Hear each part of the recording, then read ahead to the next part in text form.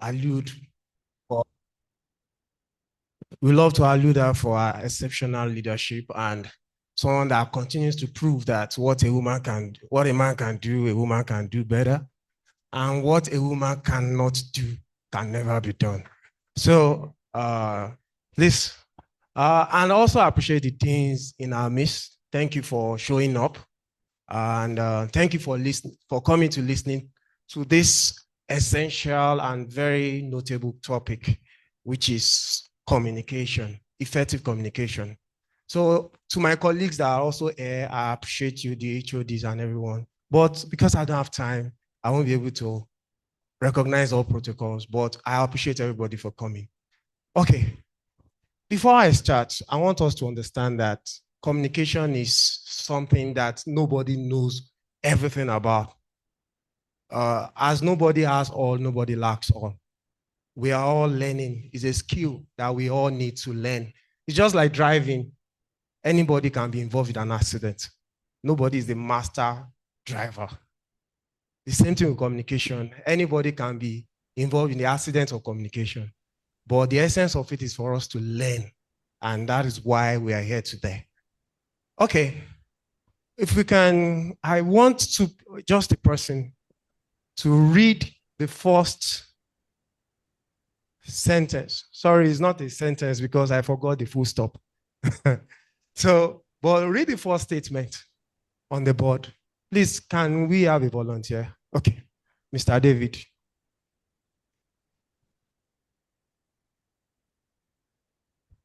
The first one, let's eat grammar.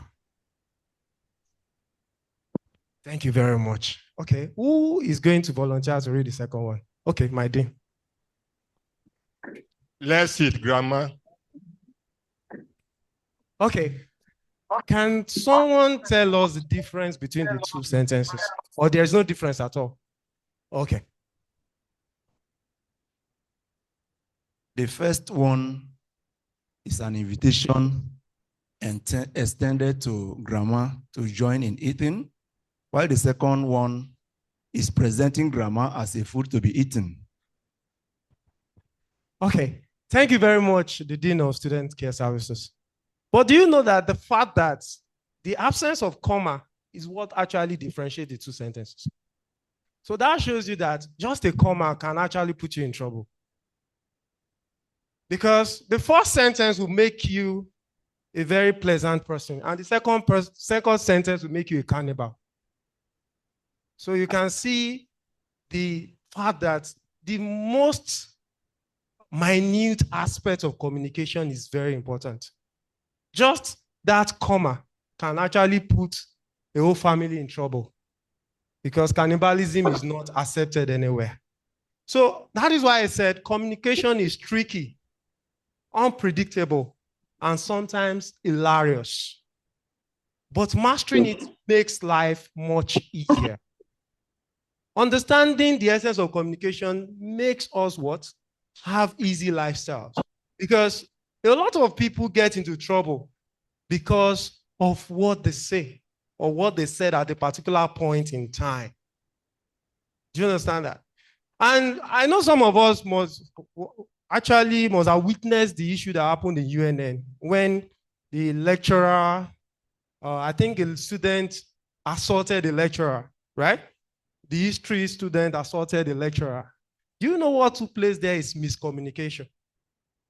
So I can boldly say that communication is a very essential tool in what? Keeping peaceful human relationships. That is why it cuts across every field. It's not just for people in the social management sciences. Even people in the pure sciences or applied sciences need to understand the essence of communication. Next slide, please. Okay. So the essence of it is this. This conversation is going to be a continuous one. It's something that we cannot exhaust today because we need to put it in what? Into practice. Because the practice will make us what? Have a lot of what? Perfection in it. But we might not be entirely perfect, but we are going to be able to work towards perfection. So the next slide is actually meant to give you the definitions of communication that I actually figured out. The ways I feel communication should be described. And if you are able to understand, if you are able to actually capture the 3 definitions I gave about communication, then my job here is done. The first one is this: the act of making sure people hear what you meant, not what you said. A lot of people hear what we say, but they don't understand what we meant by what we said. I attended a conference in the University of Ibadan, and I think the president was the High Commissioner of a country to Nigeria. I can't remember the country now. And the president said something quite ridiculous. I can't forget that statement. He said, Nigerians don't say what they mean, and they don't mean what they say. That means there is a communication gap somewhere. Although the person is trying to actually poke fun at Nigerians that we exaggerate a lot and we understate things a lot. But that shows you that when you are actually having a conversation, conversation goes beyond just talking. And okay, from the speaker through the channel, then to the receiver. That is not the end. But are people able to really decode what you actually encoded? Because in English language, there is a field we call pragmatics, and there's something we call speech acts. We have locutionary art, illocutionary art, and perlocutionary art. The perlocutionary art is the most important aspect because that has the effects of the communication. Communications have led to warfare. We are not going to agree to this thing. Let everybody go their separate way. Let's join Biafra. That is communication. Then people will start feeling like, okay, let's raise terrorism, let's raise terror groups and what have you, because of the essential element of what? Communication. So communication is very vital, and understanding the fact that if you say something, people can interpret it in different ways. That should show you that you must mind what you say. Because the Yoruba will say that when you drop egg on the floor, you might not be able to pack everything. The same thing with words. When you send signals out there, you cannot determine the way people will perceive it. And I said, the second definition is this: the skill of talking without saying too much and listening without planning your next response. That shows you that when somebody is talking, as I'm talking right now, I believe you are not just hearing what I'm saying, you are also listening to what I'm saying. Because there's a difference between listening and hearing. Because we'll get to that point later in the conversation. Then the last one is this: the one thing that can start and solve every problem at work. Good communication can solve problems. Bad communication can start problems. Why will I even greet the VC and she refused to answer? What's that woman feeling like, Seth? Because you communicated pleasantries to her, but you are not even sure whether she heard you. Do you understand that? My former VC, I've actually had this issue with him before. I greeted him. I didn't even know he was not paying attention. I greeted him, he didn't answer. And I walked up to him. I asked him, why didn't you answer me? Did I offend you? He said, oh, sorry. I didn't know when you greeted me. Imagine if I had a form of terrible mindset about him immediately, that he's too pompous. Someone will just greet him, he will not answer. Because I communicated pleasantries to him and I expected him to communicate back to me. But because he didn't do that, because there's a break in transmission somewhere, then I started having a lot of negative vibe towards him. So communication can start problems and can also end problems. So basically, why is communication important in academia? Number one, it facilitates clear knowledge transmission. Communication between the students and the lecturer.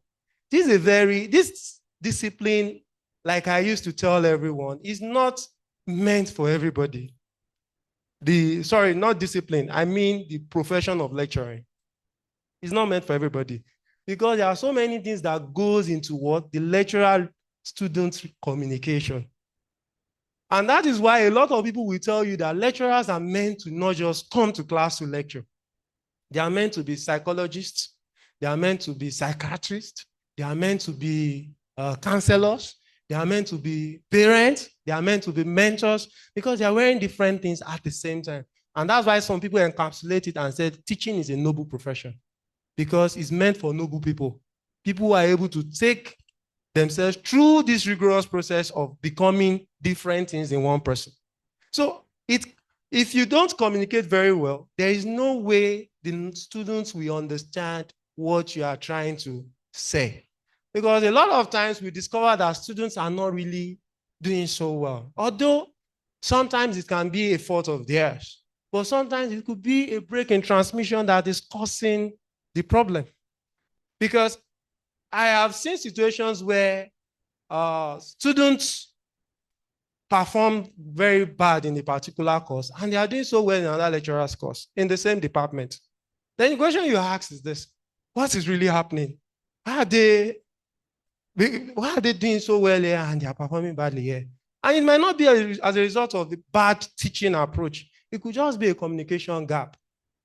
So in order for us to transmit knowledge very clearly, communication is very important. Then communication also supports collaboration and research dissemination. Researching is based on written communication. When you write your papers, when we write our articles, essays, and the rest of them, you are going to be communicating with the editorial board. I had a very funny experience at a point, because I wrote a paper on the Nigerian music industry. And I was trying to look at the representation of women in the Nigerian music industry, as the stereotypes of women as video Vincents, like the way they portray them and how that portrayal affects the negative perspective that people have about Nigerian women. And I sent it to a Scopus Index paper. And within 20 minutes, I received the love letter. Oh, you know what the love letter is? Rejection. And I decided to take the pain to read the component of the rejection, because some of them tell you why they won't accept it. And the person told me, the editor-in-chief said, we won't be able to accept this paper because it's not in our field, it's not in our discipline. We advise you to submit to a journal of music. I felt like, are you sure this person even read what I communicated through the abstract? Because the only thing, the paper cannot even be accepted in music department, because it's based on pure English theories and everything. I just wanted to focus on Nigerian music. I think that was what the editor saw and decided to fly with it and said, we cannot accept this paper. And I wrote back to the editor, if you took your time to read the abstract, you will know that what you just said is a lie. Because I discovered, how will you, as the editor-in-chief of a Scopus Index paper, throw away something by just reading the title?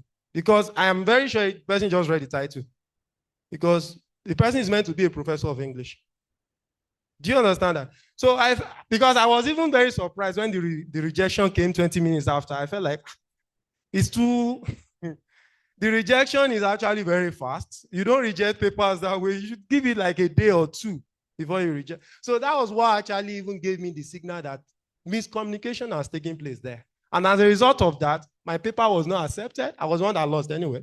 My paper was not accepted and we all moved on. But communication can actually hinder research dissemination. As a result of that, I could not publish in that paper.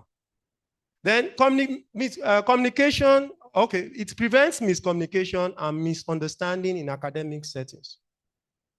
Like what happened in UNN, communication gap. Because we don't really know what happened anyway. It's our word against his word. And technically, you know the word that will be believed. So, well, the student presented our own side of the story, and do you know that there's no way two people can present two sides of the story? That means one person is lying, right?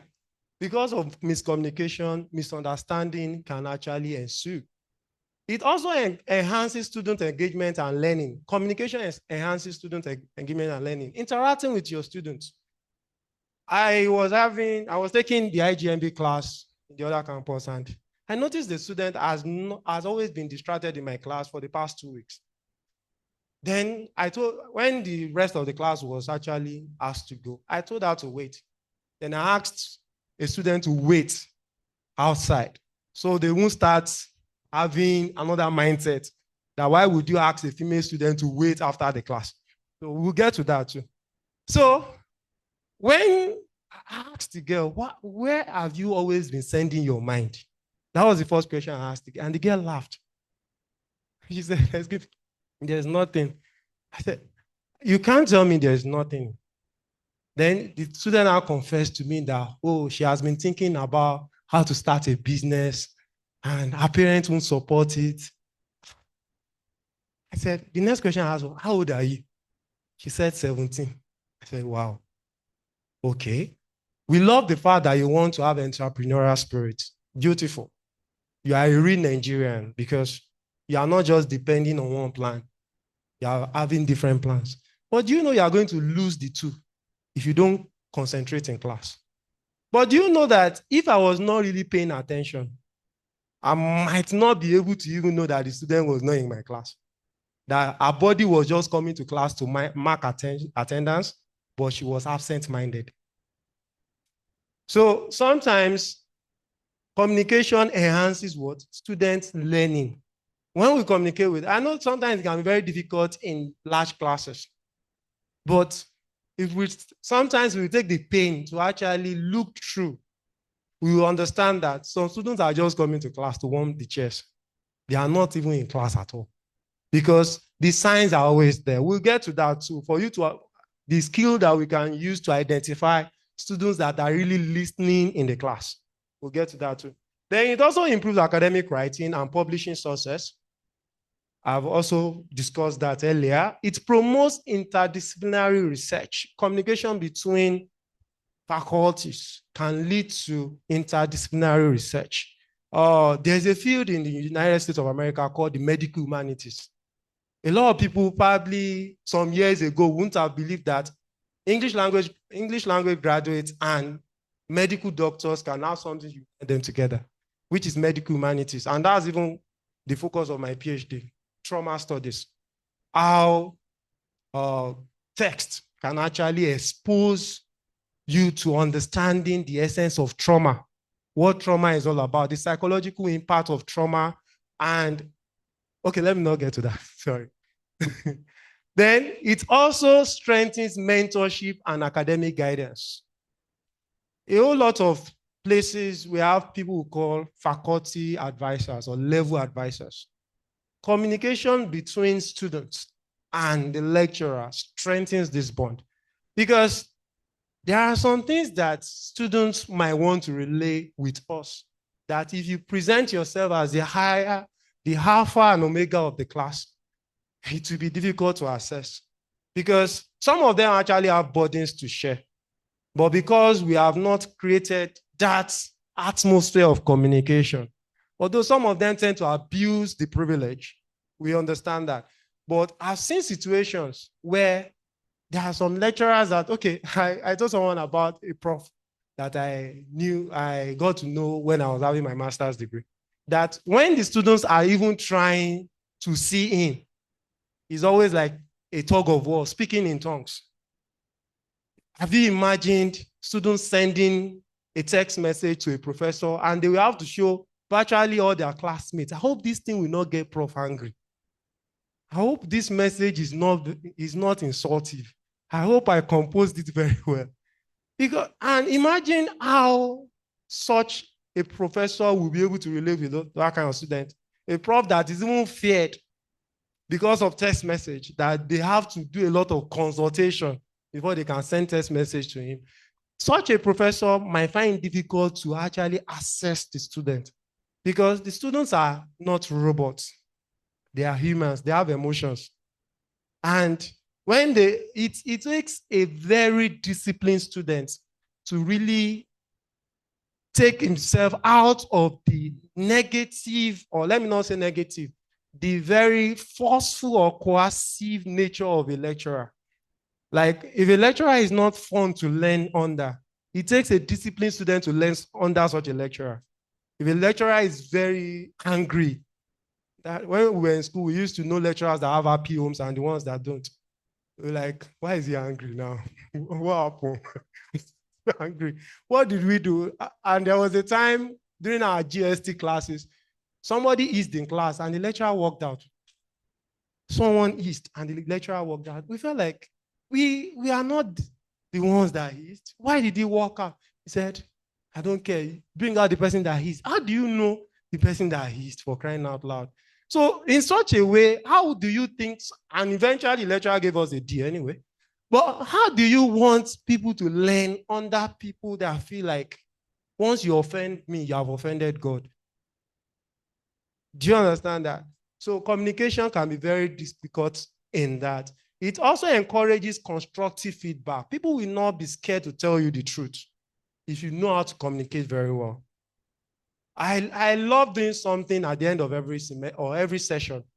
I ask my students to tell me what they loved about my class and what they didn't really like. Not what they hate, because they are not permitted to hate anything, but what they loved about my class and what they didn't really like. And this feedback, some of them will say things that are outrageous and mischievous, actually. But do you know that through this feedback mechanism, I have been able to also refine my teaching practice? Because I know some of them will tell you the truth. That, excuse me, sir. Even one of them told me that, excuse me, sir, you say, do you understand a lot? Why must you always say, do you understand? So, and you know, I was trying to explain myself to them. And after explaining, I still asked them, do you understand? They said, see, he's saying it again. So, but I've stopped that because I don't know whether they actually had a problem with it, but I stopped doing that. I only do that with my wife now. So the next one is also develops public speaking and presentation skills. Communication gives us the opportunity to communicate with people in public. I make a joke with my students that the reason why some of you are quiet is because you can't speak good English. Do you understand that? The reason why some people are not quiet people is because they are scared to make mistakes in English. That's why they are quiet. Some people are not naturally quiet. If you give them the opportunity to speak Yoruba, you will not be able to hold them, or their mother tongue. And so I think that's why a lot of secondary schools say don't speak, although they call it vernacular, which is quite ridiculous. I wouldn't like that. My language is not a vernacular. Don't speak your mother tongue or don't speak any other language apart from English, because they want to reduce the noise level. We can't make noise in English. You can't. English is not a lousy language. You can't make noise in English. If you walk into a class and people are making noise, they are not speaking English. It's only native speakers that can make noise in English. They can't. You can't, because you need to pay attention to punctuation, you pay attention to intonation, you pay attention to diction, you pay attention to the tenses, which one should I use and what have you. So all those things, you know, it gives you a lot of opportunity to guide yourself. So you can't make noise again because you have to pay a lot of attention. So public speaking can be developed through effective communication. Your ability to speak in public is your ability to actually use the communication tool that you know how to use very well. Then finally, it also advances institutional and global networking. The ability to speak well will help institutional branding and global appeal to the brand. Okay, I'm taking a lot of time. Key communication channels in academia, I won't waste time on this. We have the verbal communication, our lectures, academic presentations, and student interactions. We have written communication through our research papers, academic journals, grants, proposals, formal emails. The Vice Chancellor mentioned something about emails. And we get to that. We also look at the netiquette of email conversation, the netiquette of even WhatsApp messaging. WhatsApp messaging has its own netiquette. Sometimes I read some messages, I laugh. How would you send a message that is more than a page to someone? He's not your employee. You are not paying me to read. And that's why I laugh at some of these broadcast messages that people share. I don't read it. If a message is more than a page, then I become your student. I have to read it. It's not a thesis. Because you are meant to understand that people have things to do with their time. So when you are even sending messages, you must learn the art of summary. We all took comprehension and summary in secondary school. The fact that you can summarize a text of 500 pages in just one paragraph. A lot of people don't do that anymore because, you can send the same money I'm very sure when people like that send text messages, they're always very conscious because they will deduct 6 naira for every page. But WhatsApp, they don't deduct your money per page. It's data, right? I think that's why people lost interest in being brief. Then, non-verbal communication, body language. Buhari made this very popular. The body language of the president is bad. People used to say that under Buhari, that if you like, anything that will happen, you guys should just be talking your own. No. Baba is just enjoying in his villa. Do you understand that? People were always saying that during his tenure. I don't know whether it's true or not. Then, digital communication, like what we're having right now, online classes and online discussions. In a very beautiful, our school is actually having that to online distance learning. This will also help us to understand that when we are even having that as well, there are some things we need to know about that. Then through persuasive communication as well is another channel of communication. So now let me look at the myth. I have been able to gather 10 myths. And what are myths? Myths are things that people believe to be true, but they are not true. That's just it. The first one is that people think communication is only about speaking. No. The only reason why speaking is popular is because that's what will actually make us understand whether you can perform in English or not. Do you understand that? It's difficult for you to know someone that cannot use the English language very well through writing until you read what they have written. But when someone speaks, you'll be able to, this guy is from a village somewhere. He cannot speak English. But that is not the only aspect of communication, because listening and writing also matters. Anyway, to me, I believe listening is even the most important aspect of communication, listening. And that is why, that's the one that a lot of people are deficient in, especially Nigerians. Nigerians love to talk. Including me, we love to talk. We don't like to listen to people. We love to be heard. You don't want to hear what others have to say. So listening is a skill that we need to also learn, because it's something we also need to impact into our students, the ability for them to listen to what we're teaching. Then complex language is better. Some people believe that communication is only when you speak like Patrick or Bayegbon. I want to traverse to my maternal home. That's even very easy. Everybody understands that. When you use the Shakespearean style, it's with this consciousness that I write this letter to you, doxology. What is the meaning of that? You are not communicating. That is madness. It's only a madman that speaks and nobody understands. Communication should be simple. Simplicity enhances understanding. People that actually understand fashion know that the simple things are even the fashionable things to do. Simple. Keep it simple. You don't have to oppress. There's something called intellectual slavery. Don't put people into intellectual slavery so that they will know that you are the first person to go to school in your village. Then you scatter their heads like Baroka did in Lion and the Draw. Because you want them to know that you have gone to Thomas Adewumi now. I'm talking about the students, and they have to know in my village that this is an undergraduate. Simplicity helps in communication. Don't enslave people intellectually. Let them understand what you're saying.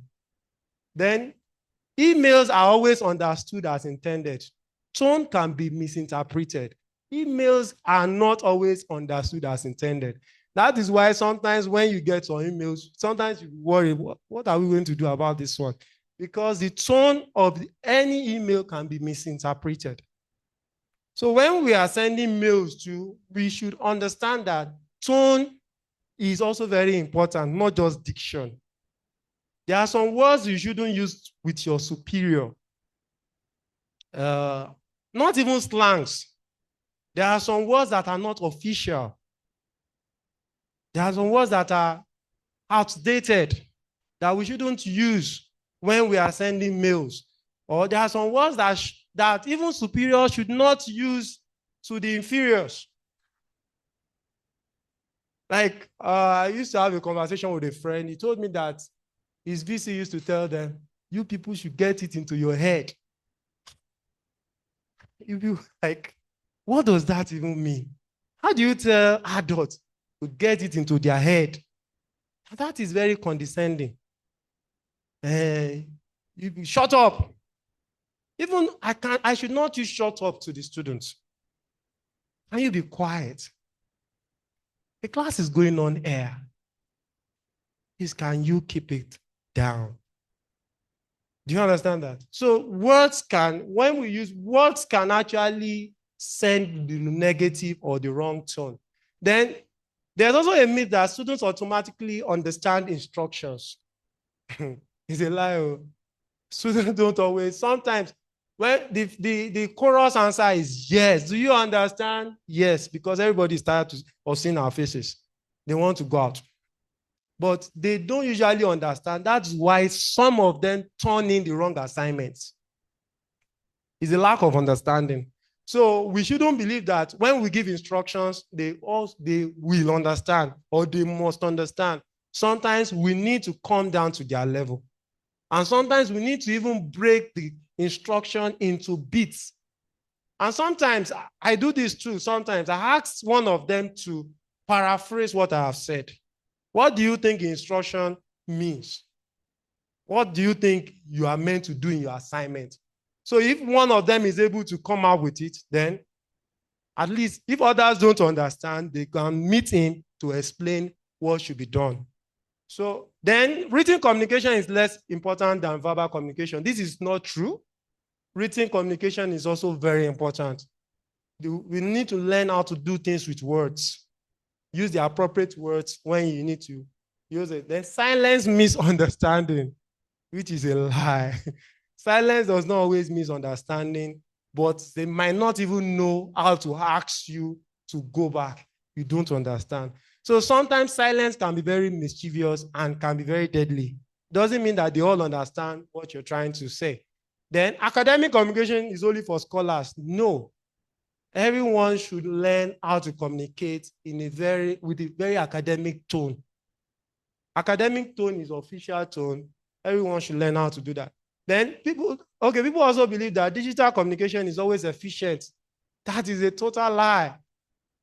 We all witnessed what happened last week at the last edition of KnowledgeX, where the network was a bit bad. It's not always the way we want it to be. Because that's why it's very important, especially if you're having online conversation. Your own network might be good. The other person might be having glitches. We must always put that into consideration. Some people also believe that good research speaks for itself. No, you must be able to defend what you have done. Some people are good writers, but bad speakers. So you must need to find a form of common ground, equilibrium between the two. Then the last one is that feedback must point out only negatives. This is wrong. I've seen when we were in primary school, some teachers withdraw your head when you score 0. That is very bad. If you have done that before, we should ask for forgiveness from God. That was done to me. The thing is this, there is something in feedback. When we are giving feedback to students, we should use this method, the CRC method. Commend, recommend, and commend. Even if the student scores 0, there must be something. Wow, your handwriting has improved. Wow, your handwriting is better now, but you still score 0 anyway. But your handwriting is not all bad for you. There is hope for you, right? So we must learn to look for something positive to say, because that positive thing will be the one to trigger them to do what you want them to do. Because they say, what kind of rubbish is this? Rubbish submission. And that is why it is very important for us to know that feedback can actually make or mar the student. If it's, sometimes when a student does not even, when a student scores 0, I don't even write 0. I will mark everything wrong, but the 0 will not be there. It's also a strategy. I didn't score 0, but he didn't get anything. But he didn't score 0. Do you understand that? Especially if the assessment is not a summative assessment. We all know that we have summative and formative assessment. There's an assessment you just give students in order to test their knowledge that you will not record at the end of the day. But you just want to test their knowledge and bring them up to speed. So when we are doing that, we shouldn't try to kill their morale. Okay, my time is past spent. So theories of communication, there are theories. This is an academic discussion, so we have to hinge it on a theory. On theories, yeah. We have different theories of communication. We have speech art theory by Austin and Searle, 1962.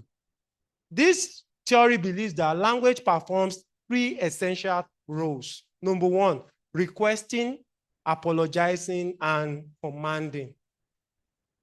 When we give assignment instructions, make sure that we use direct commands instead of vague statements. What do we mean by that? Identify X in this equation. That is a direct command. It's different for what do you think X is? There are 2 different, even in examination, we should try to, so that, because the reason why we should give direct commands is because things can be ambiguous. Some instructions can be ambiguous, that it can mean 2 different things. So you must go straight to the point. Be very direct, be very precise. Don't try to be like a lecturer that wants to ask a question and he has used like 5, almost 1 paragraph before asking the main question. If you try that with some students, they will be lost. They might not even answer what you have asked them to answer. So we must always try to be direct. Under this theory, we should also give constructive feedback. Try to rephrase criticisms to encourage improvement. That's why I said commend, recommend, and commend again. There is always something. There is nobody that is entirely bad. Even nonsense has sense in it. There is nothing that is entirely bad. Try to give a form of feedback that, oh, you didn't really, you tried your best. I love what you did there. But you can also improve in this regard in order to achieve this result. That's a constructive feedback. Then encourage participation. Frame questions that will promote engagement. So those are the 3 aspects of the first theory. Then the second theory is Grice's cooperative principle. This one believes that every communication that is effective must follow 4 maxims. Number 1, the maxim of quantity, the maxim of quality, the maxim of relevance, and the maxim of manner. When we are having conversations in the class, avoid giving more than necessary information. We used to have lecturers that when they come to class, it's about their journey to Germany. They will first use the first 30 minutes to discuss. The students don't need that because you are not even using that to teach. You are not using that to teach. So, some students, the attention span of some students, maybe 40 minutes. You can't have the attention of students for 2 hours in a class. It's not possible. It's not possible. You can't achieve it. So people cannot concentrate for 40 minutes, for 2 hours. Essentially, that means you need to focus on what? Giving the right information, quantity. Then the quality of the information you are giving. We have a lot, we are in the AI world. When we were in school, we used to, because some teachers will complain that we don't ask questions in class. Then we go on Google.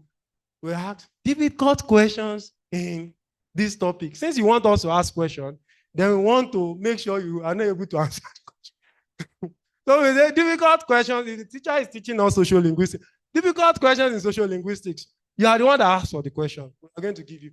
So make sure that you are always You give quality in class and you're always well prepared. It's not all students we afford to take your fallacies. Fallacies are things that you are just saying without any fact. There are some students that know these things, but they will just be looking at you. Do you understand that? They will be looking at you. We shouldn't believe that all students in the class don't know anything. So I can just go to class, teach them anything, whatever. Even if I say Nigeria is in Asia, they will believe. Some of them will not even meet you, but they will see you as a dull person. Because they will feel like, how can I know this thing and he doesn't know? So we should try. I was told my time is up, so let me just round off. So the next one is media richness theory, politeness theory. I don't want to go into that. I will share the slide later. Okay, let me just look at the barriers to effective communication because my time is fast spent. Okay, barriers to effective communication. Number one, lack of engagement. Lack of engagement is a barrier to effective communication. Unresponsive colleagues, passive students. You can have colleagues that don't like your face. There's nothing you will say to them that they will understand because they just don't like what you look like. It's possible. So in that kind of regard, communication cannot be effective. Then we also have passive students. There are some students that are not interested in what you are saying. A student has walked out to me before when I was teaching in secondary school. You have always been shouting, if you don't read, you fail. Is that failure that I want to fail? So what do you want to say? How will you communicate with your student? A student that desires to fail. He was reported to the proprietor and the proprietor said he should be expelled. We were still the same set of people that went to beg the proprietor that please, he made a mistake. If we send him away, we are sending one terrorist into town. Please, if he doesn't pass, sack us. Because the man, once he said yes, you can't change it. He said, excuse me, sir, we put our job on the lines because of that boy. If he doesn't pass WAEC, sack us. Anyway, when we said that, we were really scared though. But we just wanted to motivate the man to change the decision. So there are some students that won't believe what you are saying. They are just not interested in what you have to say. The language complexity, overuse of jargon, let me rush over it. Poor feedback mechanisms. If you don't give good, sometimes when you look at some of the assessments given by schools abroad, you see them attaching rubrics to what they want. They will tell the students what they want them to do. Because if you go beyond this, you are not scoring anything. That is a way of encouraging effective communication. So the students know what they should do per time instead of not being able to determine what the lecturer wants. Then digital miscommunication is also something that we need to look at. Then cultural and linguistic differences. In every school, you can't have everyone from the same village. People have different cultural society that they belong to. Some of them cannot understand the language that is common in the particular community. So we need to make sure that we use the language that is common for everyone. I know sometimes we can be tempted to use our mother tongue so that they can understand better, but that can be done, but it's not right. Because there are some students that are not Yoruba speakers. Some students might not be Igbo speakers, and some students might not be Hausa speakers. So that's why we should always stick with the official language. I know teaching people with their mother tongue can be very effective, but that should be on a one-on-one basis, not in the general class. I have been told to round off, and I don't want to be queried. Okay. Finally, lack of active listening too is also a problem. I said something about listening. Let me just wrap up with that. How do you ensure that you know students are listening in the class? We have different types of listeners. We have active listeners, we have passive listeners, we have reflective listeners, we have critical listeners, and we have empathetic listeners. The active listeners are the best of the best. They are the ones that are actually listening. The passive ones are the ones that are distracted easily. Some of them can even be on their phones, probably in meetings. Some of them can be looking at what is happening outside. Some of them can You're doing a whole lot of things when you are teaching. Those ones are passive listeners. But if you ask them, what was the last thing I said? They will tell you, because they are just hearing you. They are not listening to you. They are hearing what you're saying, but they are not listening to what you're saying. Then we also have reflective listeners, listeners that reflect on what you are saying. And those ones are very, very critical. Reflective listeners are the ones that once you say something, they think about it. They act on it. They can even ask questions about it. And we have some of them in class too. Because once you are talking to them, they are trying to bring situations together and ask you questions about their experience on that thing you have mentioned. Then we have critical listeners. There are some listeners that are only there to look for your flaws. He doesn't even know how to pronounce F. See how he's Fifu. What is he saying? See his sander. See his sander. Because they are not interested in what you are saying. They are just there to critique your presentation. They cannot paraphrase what you have said. They are not even interested. They just want to know, this guy does not know how to speak good English. Please go to the last slide. Let me round off there. Because my timing, I still have a lot to do, but let me just round off. Okay, let me just look at this. Conclusion and key takeaways. Communication is crucial for success in the academia. There's nothing you can do about it. Every class I've taught in this school, I've emphasized that you cannot avoid communication. Even if you want to be a full-time housewife, you still have to communicate with your in-laws. If you don't know how to communicate, they will throw away your load. You need to learn how to communicate. Even you need to learn how to understand the mood of the husband too. So even if you think you don't want to be in the corporate world, you still need to communicate. There is nothing you can do about it. So it's very key in the academia as well. Then make sure that you adapt your communication styles based on the audience, culture, and the medium. I tell students that you shouldn't say, I want to buy Maggi. It's wrong. But I can't go to the market and say, I want to buy seasoning. Do you guys have seasoning? Market woman will be wearing like, what is he saying? Seasoning, what? So just say your close-up in the market. Give me close-up. Don't say toothpaste. Some of them don't know it is called toothpaste. Use your communication based on the audience. A good communicator must understand the audience is speaking to. If I'm having this conversation in a KG class, I will not teach it this way. We will be playing on the ground together to communicate this thing together. Because my audience is different from what we have now. Then culture, you need to mind people's culture. That is why if you teach, I had the opportunity to teach in the North, Kano to be precise. I had to relearn when I got there. Because I was coming from Lagos and it was not wrong for you to tap your student. Hello, how are you? What's wrong with you? We work fast. But you dare not tap a female student in Kano. You dare not shake a female student in Kano. I can shake a female student, nothing, no eyebrows will be raised. Because you need to learn the culture of the place you are so that you won't do something tantamount to what? Cultural clash or whatever. Then you should also understand the medium. The conversation you are having must be based on the medium. If you are using online communication, sometimes you need to ask questions. Can you guys see me? Can you guys hear me? Because you should know that you're in Nigeria. Network can run away from you. Do you understand that? So you need to always understand the medium. Then you need to master verbal, written, and digital communication. Because communication, like I said, is not just because the way our mothers used to look at us can tell you whether you should collect food or not. Are you guys hungry? You know, no. We are not hungry. We just ate before leaving the house.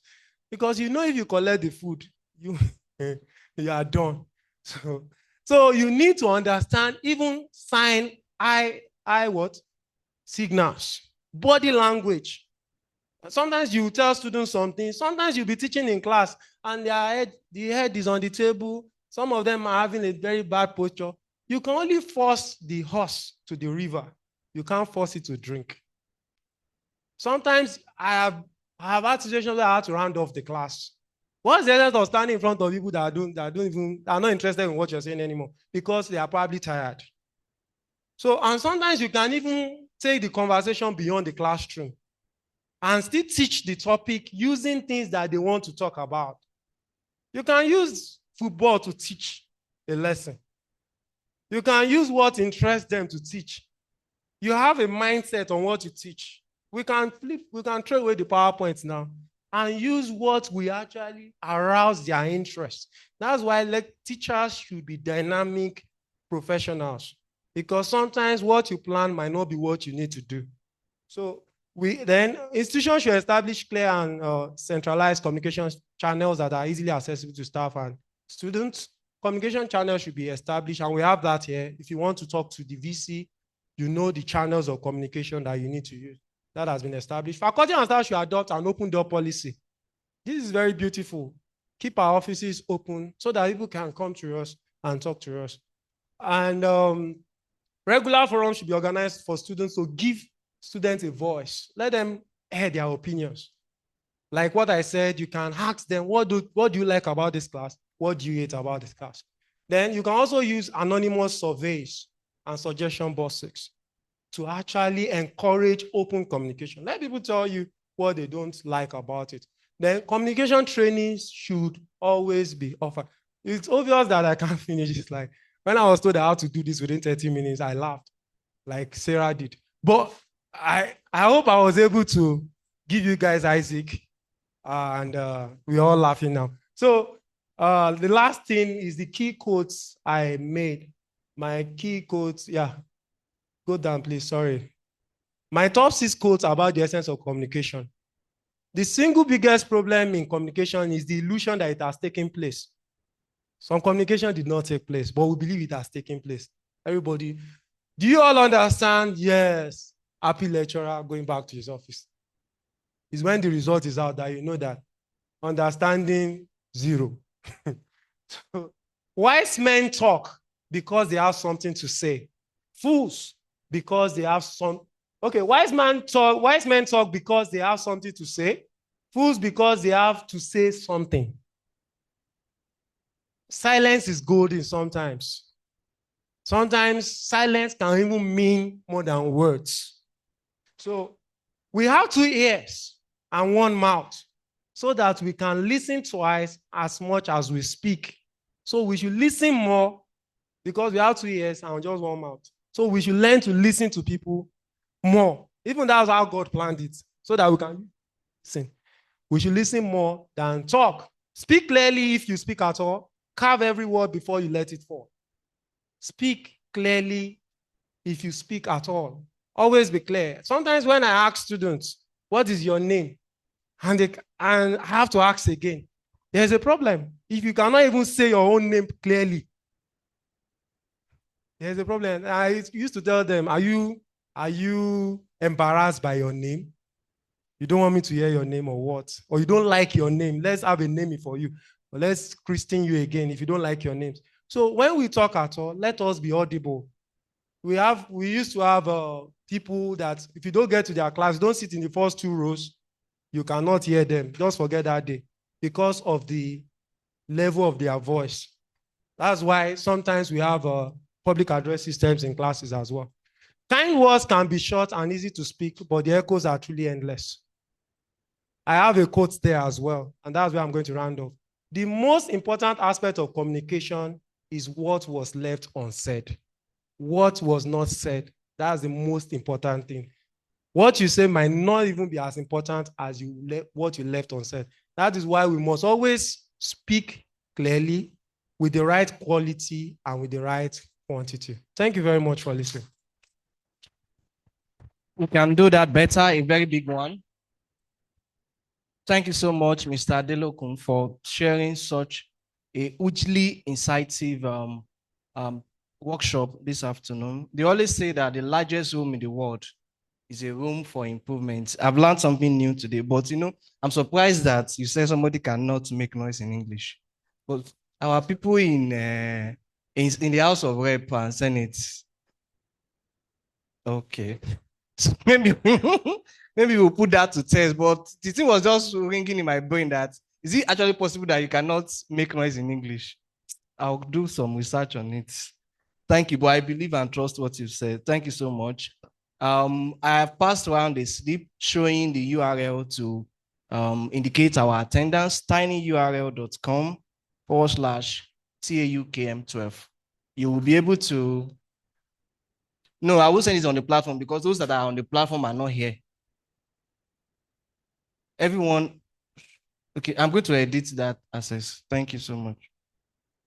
So I want us to take a few questions from those online and physically, those of us that want to have questions. I believe that like the VC has whispered that we have a lot to learn. He has just brought up GST 101 or 103 to us in about 45 minutes, which is not enough time for us to be able to do that. So I know that some of us are open to learning because we should actually be open to learning. We can take short courses on Sailor, on Allison, and on Coursera. It is for our personal development, and we would be respected for speaking clearly and loudly. Sorry, I have to be timing you because time is actually money. If VC had to speak or take a class in Oklahoma, she may be charging for 30 minutes like about $200 or $300. And if TAU have to be on Channels TV for 1 minute, to spend about 1 million or 1.2. So we didn't want to take extra time of our distinguished colleagues and also stick to the time that we hold this KnowledgeX between 4 and 5. Thank you so much. We know the time is very short.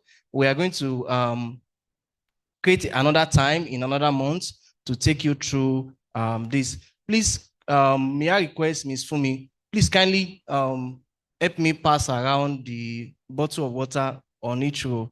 Thank you so much. I want to give room for questions now. Okay, I have the things. I don't want questions to give back to questions, so I just want to take those people who have interest in asking questions. So I can see 3 hands. I'll start from, and surprisingly, they are all deans. So I'll start from the proximity dean of student care. I'll go to dean of management and then my dean. Thank you. Thank you for the presentation. I want to say that we have learned a lot. We feel or felt highly refreshed on this again. Mine will be more of observation than questions, and probably to have a kind of an addition to what you have done. Let me take it from where the moderator already mentioned that those who use the vernacular or mother tongue make noise. I think, if not because the VC is here, I was going to call that you should tender an apology to the L2 learners of use of English language. The reason is this, is a kind of thing that brings about issue of stereotyping in a way, just like you mentioned in the course of your presentation. Are we saying that the owners of the language don't make noise? Well, he has mentioned that. Let me not dwell much on that. Also, you mentioned issue of factors that negate effective communication. And I noticed that noise itself was completely out of your bullet. I think I, as a person, I'm familiar with communication. I may not be too good in it anyway, but noise remains a major factor that negates effective communication to the best of my knowledge. Another issue about this communication of a thing as a factor that can negate communication also, like you was also unable to manage you were unable to manage your time, is time management. It counts a lot when it comes to communication. Even though I noticed that your presentation was much more on verbal or oral communication, especially as it has to do with the interaction between the tutors and the learners. But you rightly addressed that already, that some are good in speaking. When it comes to writing, it's something else. But I have a call at this point, like the VC rightly mentioned earlier. If you look at or have opportunity of reading essays, letters from these students, you really come to believe with some of us who probably maybe traditional kind of a setting or informal setting that the modern age or electronics, digital, whatever, may have actually caused more harm on our, education than good. You will notice that these students even write in under examination condition with all unapproved or unrecognized acronyms, or, they use it to communicate because they are so much familiar with that in terms of their daily communication in an informal setting. How far? What's up? This and that. You could imagine seeing such a thing, sir. I had the privilege of lecturing a GST class in rain semester. And I have also been billed to do same. What I did, regardless of population, was that I ensured, knowing fully well that my exam was going to be CBT, I ensured that I marked over 200 scripts as in their CA.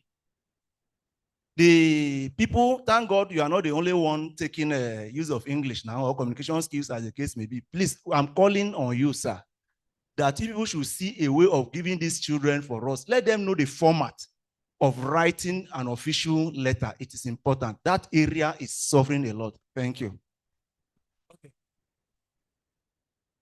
Okay, I should. Of time. Thank you so much. Please be brief, sir. Okay. Thank you very much, sir. Please, sir, presenter, I want to, probably it may not be now, I want to know the difference between hearing and listening, towards the effective communication.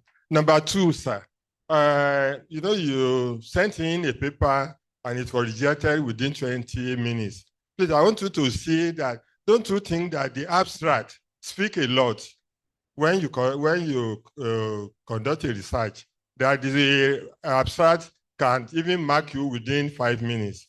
What is the way out for effective communication when we are writing the abstract? Thank you. Thank you, sir. Please be brief, sir. Thank you, sir. Our speaker, you have been commended. My question has to do with the first question you asked some people to do. Let's eat grammar and let's eat grammar. So how will you distinguish between the two of them verbally? Not when you wrote and put comma. So how do you put comma when you are speaking? Okay, let me start with the last question. That is why I said, the reason why I said it's difficult to make noise in English is because of a lot of factors. There's a difference between you speaking the language and actually speaking the language very well. There's a difference. If we talk about our senators who speak less English, if you actually do the error analysis of what they are saying, you'll be dumbfounded at the end of the day. Speaking English language goes beyond just, it talks about morphology, phonology, and everything needs to come together for you to say you are proficient in English. And that's why I can never support anything that says Nigerians should not write IELTS exam anymore. A lot of people say, oh, we've been speaking English language since we were babies. We've been doing that. From my experience, what we speak in Nigeria might not even be English. Okay, let me not say what we speak. What most of us think we are speaking might not be English. That is why even in Nollywood, they still have subtitles. Because native speakers might not be able to understand what they are saying. And when we talk about native speakers, we're talking about people from Canada, United States of America, Australia, United Kingdom. Those like the only English language that is accepted as near native in Africa is the South African English. So when they speak their English, it doesn't mean when people speak, and when people also use accent, because that's something we need to also emphasize. Accent is not good English. Ibadan is Ibadan, not Ibadan. It's not Kano, it's Kano. Kano is not an English name. Some people even funkify their own names. Speak, because you cannot see someone from England trying to funkify his own. Why should you? I think it's just a post-colonial mentality anyway. because you feel that if you don't speak like the English people, then there's something fundamentally wrong with you. So we should also cut that out. Okay, let's eat grammar and let's eat sir. The way you speak, punctuations actually are essential when you also speak. I've been using a lot of commas since we started talking. Okay, let's eat grammar. There was a minor pause. Even when you are also reporting what someone has said. Okay, Mr. Adetunji said, don't do that. You are not allowed to say Mr. Adetunji said, don't do that. Because one is reported speech, one is what? Direct speech. When you are using words in quotation, you expect to use another voice. When you are trying to use the direct voice of what the person said, you are meant to assume that you are meant to use the person's voice. So that's why people change their voice when they also speak. So intonation, pronunciation, and the rest of them can actually be noticed when we speak. Do you understand that? Commas. Okay, when you want to ask a question, for example, what are you doing? What are you doing? You use what? The high tune. You don't say, what are you doing? That seems sarcastic. You know what the person is doing. Oh, what are you doing? You don't expect to say, you don't expect the person to say, I am dancing. Obviously, the person can see what you're doing, but the person is calling your attention to the fact that what you are doing is wrong. You are not asking a question in that regard. So punctuations can also be, okay, let me not stay too much on that. Hearing and listening, I hope you understand, sir. Okay. Hearing and listening, very simple. Everybody in this class can hear me, but not everybody is listening to me. I don't want to just say some things about that. So, but if I call people to tell me the last thing I said, they will tell, oh, you said not everybody. But if I ask them, why did I say that? They might not be able to answer a follow-up question because they were not listening to what I was saying. But they can hear my voice, but they are not listening to my opinion. Do you understand that? So that's just the major difference. Then you said something about abstract. The reason why I said the woman obviously did not read is that a professor of English is at the pinnacle of her career, and she should understand what the difference between a paper in English and a paper in music.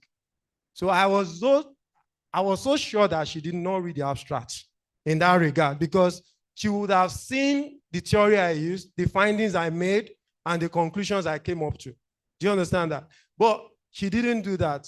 And who understands something within just 20 minutes? Is she a virtual assistant? Is that the only work she does? Like, who has time to reply mails, bulk of mails, like a journal, a Scopus Index journal within just 20 minutes? We know that a lot of people would have sent in things. I just believe that some of them have a way of just throwing away what you have done. So if you have been rejected before, you might not actually be the problem anyway. So then the next one is, how do we, like the Dean of Student Care Service, we are making a plan in the GST department. The registrar knows about it already. So I don't know whether I'm permitted to talk about it. Okay. We are making a plan to write a textbook and a workbook for the students. And we believe the reason why we are using a workbook model is because we want them to write as well. Because most times we ask them to write things in the class. Some of them can go to the ridiculous extent of submitting something like this as a class exercise. And I tell them, I don't want Adeu Papa. I don't want happy married life. Some of them don't have the right official things to submit. So that we're working on something that will be codified together so that we can also monitor their progress.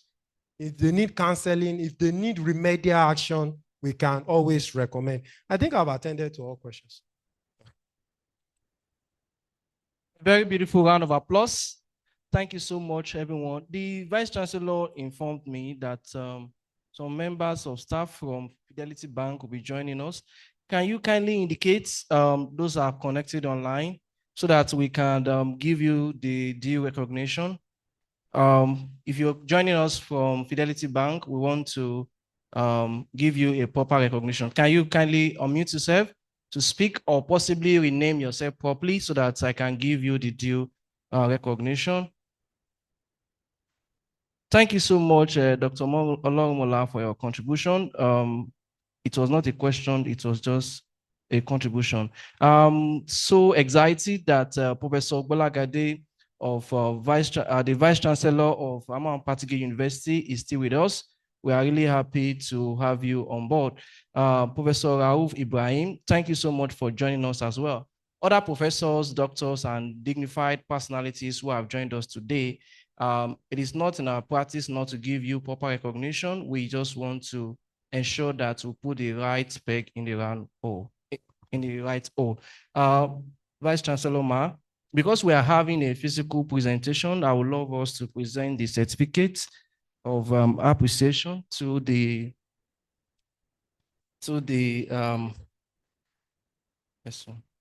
presenter, Ma. Adelokun, on behalf of the entire university community, I want to thank you very much for such a beautiful presentation and to also present this certificate of appreciation to you. Congratulations and thank you so much. We appreciate you. It's been a beautiful KnowledgeX March 2025 edition.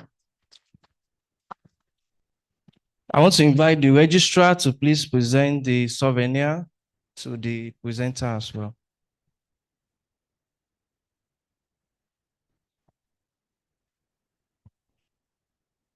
On behalf of the university, we just want to present this to you. We know that you are going to do more for us. And until more is given, more is support. Thank you. Thank you so much. Okay.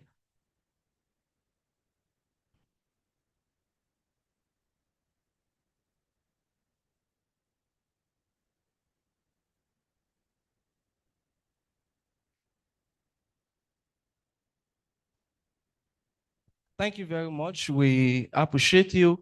Colleagues, thank you so much for coming on board today.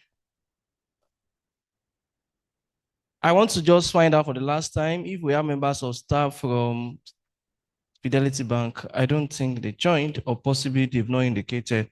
On behalf of the university management, I want to appreciate everyone for joining us today for this March edition of KnowledgeX. By the grace of God, we shall have another edition again, if the Lord tarries, by April.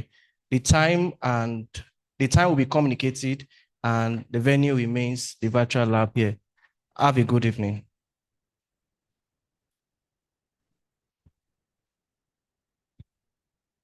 We have indicated that you should indicate your attendance